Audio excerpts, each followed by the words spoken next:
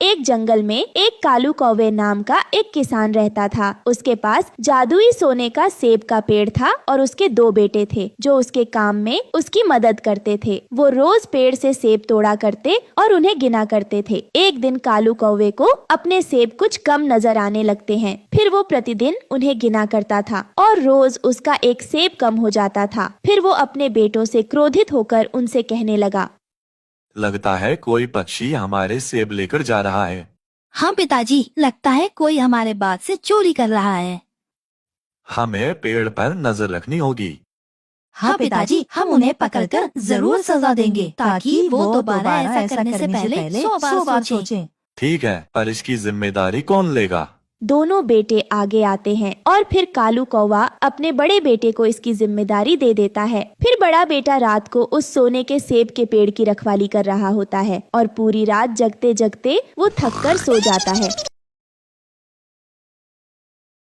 देखो, फिर सुबह एक सेब कम हो गया। अब इस सेब के पेड़ की रखवाली की जिम्मेदारी मैं अपने छोटे बेटे को देता हूँ। फिर कालू कौवा रखवाली करने की जिम्मेदारी अपने छोटे बेटे को दे देता है। छोटा बेटा जब रखवाली कर रहा होता है तब रात 12 बजे हवा में कुछ आहट होती है और एक पंछी जो असली सोने का होता है वो उड़ता हुआ वहाँ आ गया और अपनी चोंच से सेब को टक टक करने लगा। अरे, लगता है ये वही पंछी है जो रोज हमारे सेब को चुरा रहा है। फिर वो उस पर तीर चला देता है, लेकिन तीर से पंछी को कोई नुकसान नहीं पहुंचता। सिर्फ एक सोने का पर उसकी पूंछ से गिर जाता है और वो पंछी उड़ भागता है। सुबह जब कौवे का छोटा बेटा उस पंख को लेकर कालू कौवे के पास जाता है।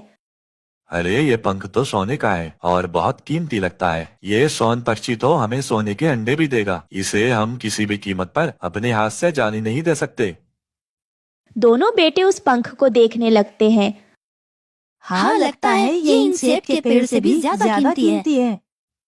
हाँ, क्यों ना हम ऐसा करें, उस पक्षी को पकड़ें, फिर हमारे पास इस सेब के पेड़ से भी कीमती खजाना होगा। हाँ पिताजी, हमें इस पक्षी को पकड़ना चाहिए इससे पहले कि कोई और उसे पकड़ ले। पर इसे पकड़ने कौन जाएगा? अगर हम तीनों चले गए तो इस सेब के पेड़ की देखरेख कौन करेगा? ये जिम्मेदारी मैं लेता हूँ। मैं उस पक्षी को पकड़ लाऊंगा। आप मुझ पर भरोसा करें।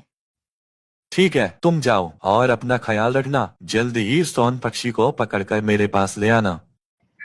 बड़ा बेटा लालच में पक्षी को पकड़ने निकल पड़ता है। रास्ते में उसे एक चालाक लोमड़ी दिखाई देती है। वो उसे रोकती है और उसे कहती है, मैं जानती हूँ तुम यहाँ किसकी तलाश में आए हो।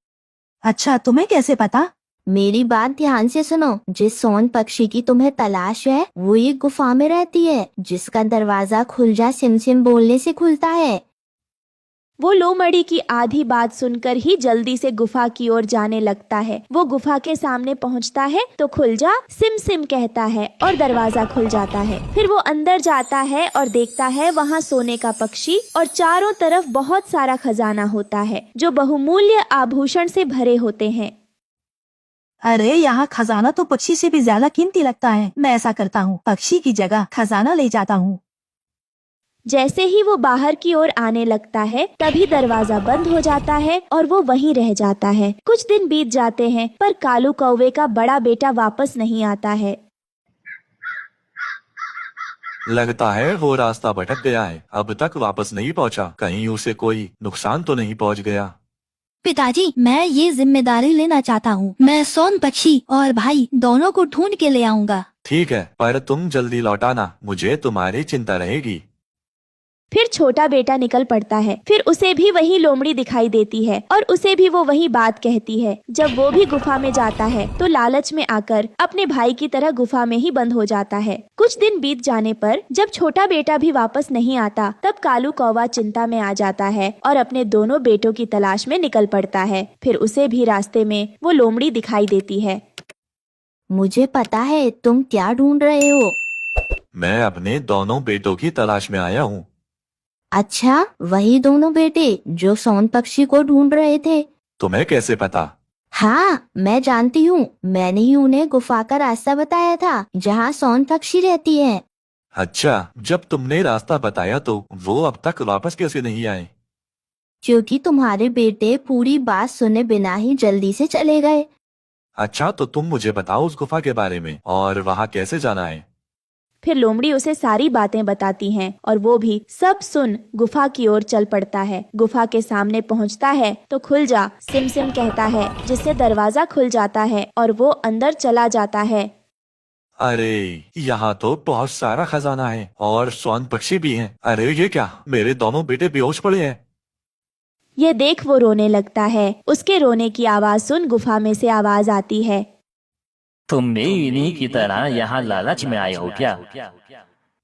नहीं नहीं, मैं तो अपने दोनों बेटों को ढूंढने आया हूँ। अच्छा, तेरे दोनों बेटे लालच में आकर मेरा खजाना ले जा रहे थे, इसलिए यहाँ बंद हो गए हैं। आप इन्हें माफ कर दो, अब हम ऐसा कभी नहीं करेंगे और स्वर्ण पक्षी भी नहीं चाहिए। पर मैं तुम्हें क्यों माफ करूं? आप मुझ पर दया करो। अगर आप मुझे माफ कर दोगे तो स्वर्ण पक्षी जब चाहे तब मेरे पेड़ से सेब खा सकता है। अच्छा, हाँ, अब हम लालच नहीं करेंगे। मुझे मेरे दोनों बेटे लौटा दो। ठीक है, अब तुम जा सकते हो। फिर उसके दोनों बेटे को होश आ जाता है और गुफा का दरवाजा खुल जाता है और वो तीनों वहाँ से चले जाते हैं। उसके बाद उसके दोनों बेटे सोन पक्षी के लिए उस पेड़ पर घोंसला बना देते हैं। फिर सोन पक्षी वहाँ आती, सेब खाती और घोंसले में रहने लगती है। उन्हें यह समझ आ जाता है कि हमें लालच नहीं करना चाहिए, क्योंकि लालच का अंत अच्छा नहीं होता। तो बच्चों, इस कहानी से हमें यह शिक्षा मिलती है कि हमें लालच नहीं करना चाहिए। लालच करना बुरी बात है। अच्छा बंटी भैया, जब आप कहते हो तो ठीक है, लेकिन देख लेना कहीं वो कालू को फिर से हमें बुद्धू ना बना दे।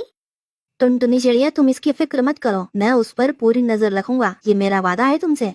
फिर टुनटुनी चिड़िया बंटी कबूतर के साथ कालू की तरफ चली जाती है। फिर बंटी कालू से कहता है, देख लो कालू कौवे, अब मैं टुनटुनी चिड़िया को मनाकर ले आया हूँ, लेकिन तुम भी अपना वादा याद रखना। हाँ हाँ बंटी भैया, मुझे अपना वादा याद रहेगा और आपका बहुत बहुत धन्यवाद। जब हमारी फसल तैयार हो जाएगी तो बंटवारा भी तुम ही करना। सुनो बंटी भैया, अब टुनटुनी बहन आ गई है तो कल से ही शुरू कर दूंगा मैं काम। टुनटुनी, मैं आपको रोजाना अपने साथ ले जाया करूंगा, लेकिन आपको बस मुझे बताना है कि मुझे क्या करना है। फिर बंटी कबूतर और टुनटुनी चिड़िया वहाँ से चले जाते हैं। अगले दिन कालू कौवा टुनटुनी चिड़िया को लेने उसके घर आता है और फिर वो टुनटुनी चिड़िया को अपने साथ नदी के खाली मैदान की तरफ ले जाता है। वहाँ आकर कालू कौवा टुनटुनी चिड़िया को एक जगह पर बिठा देता है और खुद खाली मैदान की जमीन को साफ करता है और उसमें बीज डालता है और फिर उसमें पानी लगाता है। टुनटुनी चिड़िया ये सब देखकर हैरान हो जाती है कि कालू कौवा अकेले इतना सारा काम कैसे कर सकता है। चिड़िया बहन, अब चले, अब कल आकर देखेंगे बाकी का काम। फिर टुनटुनी चिड़िया कालू कौवा अपने घर की तरफ चले जाते हैं। कालू तो अपने घर आकर आराम से लेट जाता है, क्योंकि थकावट की वजह से उसका बुरा हाल था। फिर अगली सुबह कालू कौवा उठ जाता है और टुनटुनी चिड़िया को बुलाने उसके घर जाता है। टुनटुनी बहन, मैं इसलिए आया था कि आज तुम मेरे साथ फसल देखने मत जाओ, मैं खुद ही जाकर फसल दिखाऊंगा, क्योंकि तुम्हें और भी काम होंगे, तुम वो कर लेना। मैं शाम को आकर तुम्हें फसल के बारे में बता दूंगा। फिर कालू कौवा वहाँ से चला जाता है और टुनटुनी चिड़िया कालू के इस बर्ताव पर बहुत हैरान थी। फिर ऐसे ही दिन और रात गुजरते गए। टुनटुनी बहन, अब हमारी फसल तैयार होने वाली है और मुझे पूरी आशा है कि हमारी फसल अच्छे से तैयार होगी। हाँ कालू भैया, आपने मेहनत जो इतनी ज्यादा की है, मेरे ख्याल से हम 2 दिन बाद अपनी फसल काट लेंगे और मैं बंटी भैया को भी बता कर आता हूँ कि 2 दिन बाद आकर वो हमें फसल बांट दें। फिर कालू बंटी के पास चला जाता है। बंटी भैया, तुम परसों आ जाना और हमें फसल बांट देना। अच्छा ठीक है कालू, मैं आ जाऊंगा। फिर कालू कौवा वहाँ से चला जाता है और बंटी उसके बाद सीधा टुनटुनी चिड़िया के पास आता है। टुनटुनी बहन, हमें आज रात को ही सारी फसल काट लेनी है। बंटी भैया, मेरा दिल नहीं मान रहा है, पता नहीं क्यों मुझे कालू पे तरस आ रहा है। उसने इस बार बहुत मेहनत की है। टुनटुनी, कालू को सबक सिखाना बहुत जरूरी है और तुम भी मेहनत करती रहो, और उसने तुम्हारे साथ धोखा करके अच्छा नहीं किया। फिर टुनटुनी चिड़िया खामोश हो जाती है और फिर वो दोनों रात को आकर सारी फसल काट कर ले जाते हैं। सुबह जब कालू कौवा वहाँ आता है तो उसकी तो चीखें निकल जाती हैं और वो ये सब देखकर जल्दी से चिल्लाता हुआ सीधा टुनटुनी चिड़िया के पास आता है। हम लुट गए, बर्बाद हो गए। क्या हुआ कालू भैया, आप इस तरह क्यों चिल्ला रही हो? टुनटुनी चिड़िया, वो हमारी फसल को कोई चोरी करके ले गया। कालू, मुझे तुमसे यही उम्मीद थी। हर बार की तरह तुम आज भी झूठ बोल रहे हो ना, ताकि सारी फसल तुम हथिया लो। नहीं टुनटुनी चिड़िया, तुम मेरा विश्वास करो। कालू, कितना विश्वास करो तुम्हारे ऊपर। तभी वहाँ बंटी भी आ जाता है। फिर कालू कौवे से सारी बात बताता है। कालू, क्या ये तुम्हारी खुद की कोई चाल तो नहीं है? बंटी भैया, अगर तुम्हें विश्वास नहीं है तो आप जाकर मेरे घर की तलाशी ले लो। कालू, अब तुम्हें पता चला तुमने इतनी ज्यादा मेहनत की और आखिर में तुम्हें क्या मिला? कुछ भी नहीं। तुम्हारे दिल पर क्या गुजरी होगी तो सोचो। टुनटुनी चिड़िया को तुमने जब इतनी बार धोखा दिया है तो उस पर क्या बीती होगी। हाँ बंटी भैया, एकदम ठीक कहते हो। यह उसी की सजा मुझे मिल रही है। मुझे टुनटुनी के साथ ऐसा नहीं करना चाहिए था, लेकिन अब मुझे रोना भी नहीं चाहिए क्योंकि मैंने जो किया मुझे उसकी सजा मिल रही है। लेकिन प्लीज आप मुझ पर शक न करना। फिर कालू कौवा जैसे ही जाने को होता है टुनटुनी चिड़ियों से आवाज लगाकर रोकती है और उसे सारी बात बता देती है। तब कालू कहता है, टुनटुनी चिड़िया, तुम कितनी अच्छी हो। इतना कुछ होने के बाद भी तुम मुझे सच बता रही हो और मैं कितना बुरा था। कालू भैया, अब मुझे आप पर विश्वास हो गया है, इसलिए आप फिर कभी दूसरों के साथ ऐसा ना करना, क्योंकि जब ये बात आप पर बीतती है तो बहुत बुरा लगता है। फिर टुनटुनी चिड़िया गेहूं की फसल लाकर कालू को देती है, लेकिन कालू सारी फसल नहीं लेता। वो टुनटुनी चिड़िया को उसका हिस्सा दे देता है और वो दोनों खुशी खुशी अपनी फसल को बाजार में जाकर बेचते हैं। टुनटुनी चिड़िया बहुत मेहनती थी। उसे खेती करना बहुत पसंद था। वो बदलते मौसम के अनुसार तरह तरह की खेती किया करती थी। एक दिन टुनटुनी चिड़िया अपने पड़ोस में रह रही बंटी कबूतर से कहती है, अरे बंटी भैया, मैंने सुना है कि आप बाजार जाने वाले हो। हाँ चिड़िया, आज मैं बाजार जाऊंगा। अपनी पत्नी के लिए एक हार जो लाना है, वो कई दिनों से जिद कर रही है। बंटी भैया, मेरे ये पैसे ले जाओ और मेरे लिए इनसे प्याज के बीज ले आना। अरे वाह टुनटुनी, तो तुम इस बार प्याज की खेती करोगी? मैं तुमसे ही प्याज खरीदा करूंगा। दोस्तों, कल की वीडियो में आपने इतने कम लाइक क्यों किए? मुझे बहुत बुरा लगता है। दोस्तों, जब मैं आपके कहने पर कहानी बनाती हूँ और आप बहुत कम लाइक करते हो, और जब आप कम लाइक करते हो तो मुझे वीडियो बनाने का बिल्कुल भी मन नहीं करता है। तो प्लीज दोस्तों, अब इस वीडियो पर जाकर लाइक कर दो। ये कहकर बंटी कबूतर वहाँ से बाजार चला जाता है और टुनटुनी चिड़िया भी अपने खेत पर काम करने चली जाती है। अरे, खेत में कितना घास फूस उगा है। पहले मुझे ये सब साफ करना होगा, तभी जाकर प्याज की फसल अच्छी होगी। वहीं पास में कालू कौवा भी अपने खेत में खेती का काम करता था। कालू कौवे की पत्नी सुंदरी कौवी टुनटुनी चिड़िया से बहुत जलती थी। एक दिन, कालू जी, जल्दी से पता करके आओ, टुनटुनी चिड़िया किस चीज की खेती करने वाली है। मैं क्या उसके घर जाकर पता करूं? जब वो बीज डालेगी तब खुद ही देख लेना। कालू जी, मैं सोच रही हूँ कि इस बार चिड़िया की सेम खेती करते हैं। आपको तो पता ही है, हमारी फसल चिड़िया जितनी अच्छी नहीं होती और हम घाटे में रहते हैं। लेकिन सुंदरी, टुनटुनी चिड़िया जैसी सेम खेती करने से हमें क्या फायदा होगा? टुनटुनी चिड़िया जैसी खेती करने में तो फायदा ही फायदा है, क्योंकि हम चिड़िया की फसल को रात को चुरा कर लाया करेंगे और किसी को पता भी नहीं चलेगा, क्योंकि हमारे पास भी टुनटुनी चिड़िया जैसी फसल जो होगी। अरे वाह सुंदरी, ये तो आपने बहुत अच्छा सोचा। फिर हमारे खूब मजे ही मजे आएंगे। तभी तो कहती हूँ, जल्दी से पता करके आओ कि चिड़िया इस बार अपने खेत में क्या बो रही है। अपनी पत्नी की बातें मानकर कालू कौवा तुरंत ही चिड़िया के घर चला जाता है और उससे खेती के बारे में बात करता है। हाँ तो बताओ टुनटुनी चिड़िया, आप इस बार क्या बोने वाली हो? अरे कालू भैया, मैं तो इस बार प्याज की खेती करने वाली हूँ। वैसे आप क्या बोने वाले हो? अरे इस बार तो मैंने भी प्याज की खेती करने का फैसला किया है। मैं तो बस आपको बताने आया हूँ। अब चलता हूँ।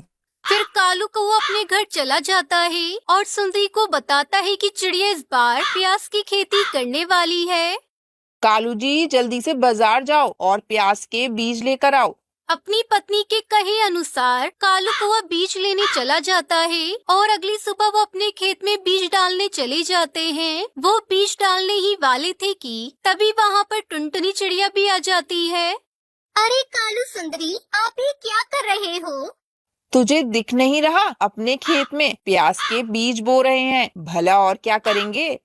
सुंदरी बहन, मेरा वो मतलब नहीं था। पहले आप इस खेत को अच्छे से साफ कर ले, वरना इस घास फूस में प्याज के पौधे बढ़ने से पहले ही मर जाएंगे।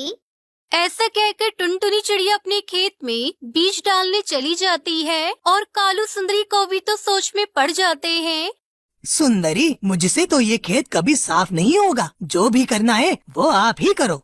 मैं भला इतने घास फूस को अकेले कैसे साफ कर सकती हूँ। चलो चलो, ये हम दोनों को ही करना पड़ेगा।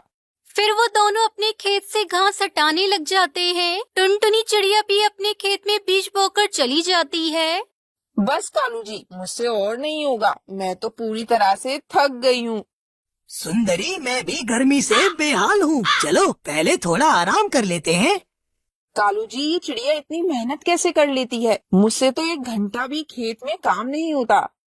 सुंदरी, टुनटुनी चिड़िया को खेती से बहुत लगाव है। अपने बच्चे की तरह ख्याल रखती है खेत का। कब इसे पानी चाहिए और कब इसे खाद।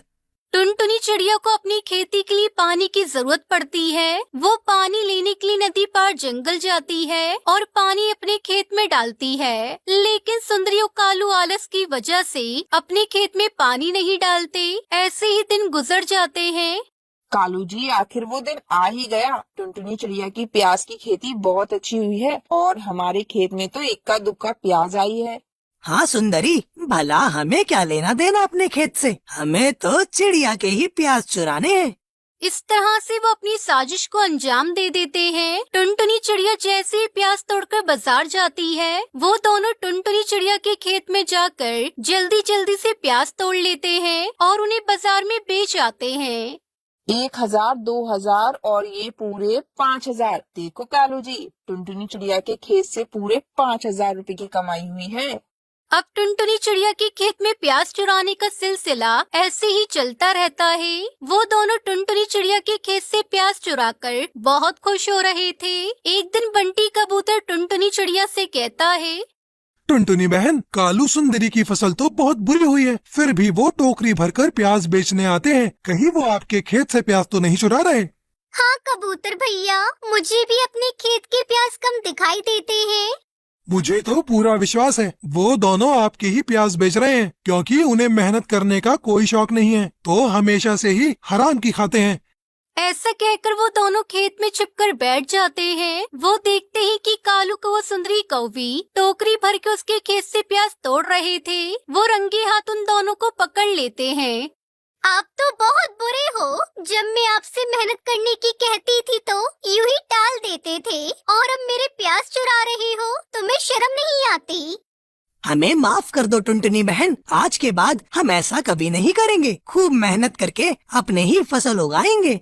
हाँ टुनटुनी, इस बार इन्हें माफ कर दो। ये अब चोरी नहीं करेंगे, क्योंकि अब मैं और मेरा दोस्त चील आपके खेत की रखवाली जो करने वाले हैं। और मैं पहले ही कहता हूँ, जो मुझे टुनटुनी चिड़िया के खेत से चोरी करता दिखा तो मैं उसकी टांगे तोड़कर उसी खेत में गाड़ दूंगा। बंटी कबूतर की ये बात सुनकर कालू कौवा सुंदरी बहुत डर जाते हैं और चोरी न करने की ठान लेते हैं। उसके बाद टुनटुनी चिड़िया प्याज की खेती करके खुशी खुशी रहने लगती है।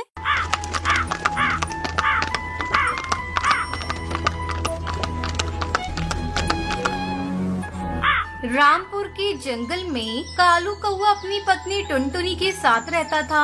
उसके 2 बच्चे थे, पिंकी चिड़िया, सुनहरी चिड़िया। कालू कौवा अपने खेत में तरह तरह की सब्जियां उगाया करता था। बाजार में जिस सब्जी की ज्यादा डिमांड होती, कालू उसी सब्जी की खेती करता। एक दिन उसकी पत्नी टुनटुनी उससे कहती है, अजी सुनते हो, आज बाजार से प्याज खरीद कर लेते आना। घर में रखा सारा प्याज खत्म हो गया है। तुम तो सारी सब्जियां उगाते हो, बस प्याज ही खेत में नहीं उगाते। बस भाग्यवान, अब और कितना बोलोगी। खेत से आते समय प्याज खरीद कर लेता आऊंगा। मेरा भोजन एक पोटली में बांधकर मुझे दे दो। तब तक आप लोग कमेंट पे बताएं 78 into 4 कितने होते हैं। कालू कौवा भोजन लेकर खेत पर चला जाता है। दिन भर खेत में काम करने के बाद शाम को वो बाजार जाता है।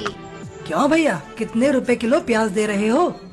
अरे कालू भाई, आज बाजार में प्याज का भाव 100 रुपए किलो चल रहा है, क्योंकि आप मेरे अपने हैं, इसलिए आपको 80 रुपए किलो लगा दूंगा मैं। बाप रे बाप, ये प्याज कब से इतना महंगा हो गया? मुझे तो पता ही नहीं चला। ऐसा करो भैया, मुझे 1 किलो प्याज दे दो। बिना प्याज लिए घर गया तो मेरी पत्नी आज मुझे भोजन नहीं देगी। कालू कौवा प्याज लेकर घर आता है।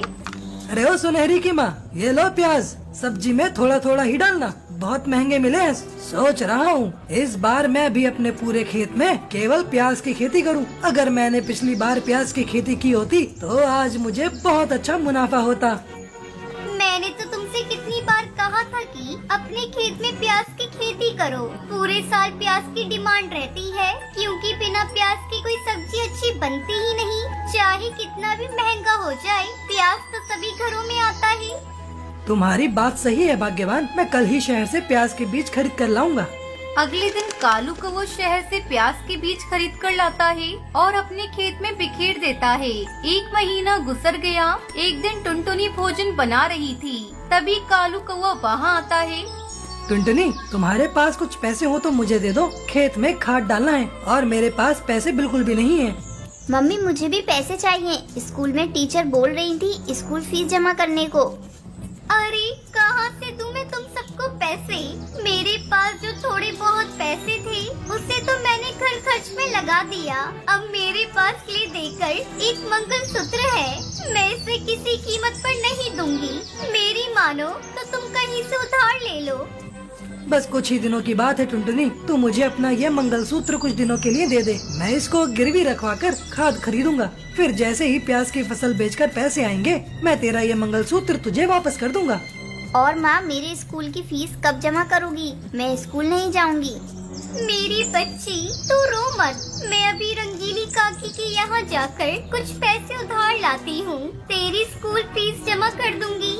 टुनटुनी कालू कौवे को अपना मंगलसूत्र दे देती है। कालू कौवा मंगलसूत्र गिरवी रखकर खाद लाता है और अपने खेत में डालता है। जल्दी ही 2 महीने गुजर जाते हैं और प्याज की फसल पककर तैयार हो जाती है।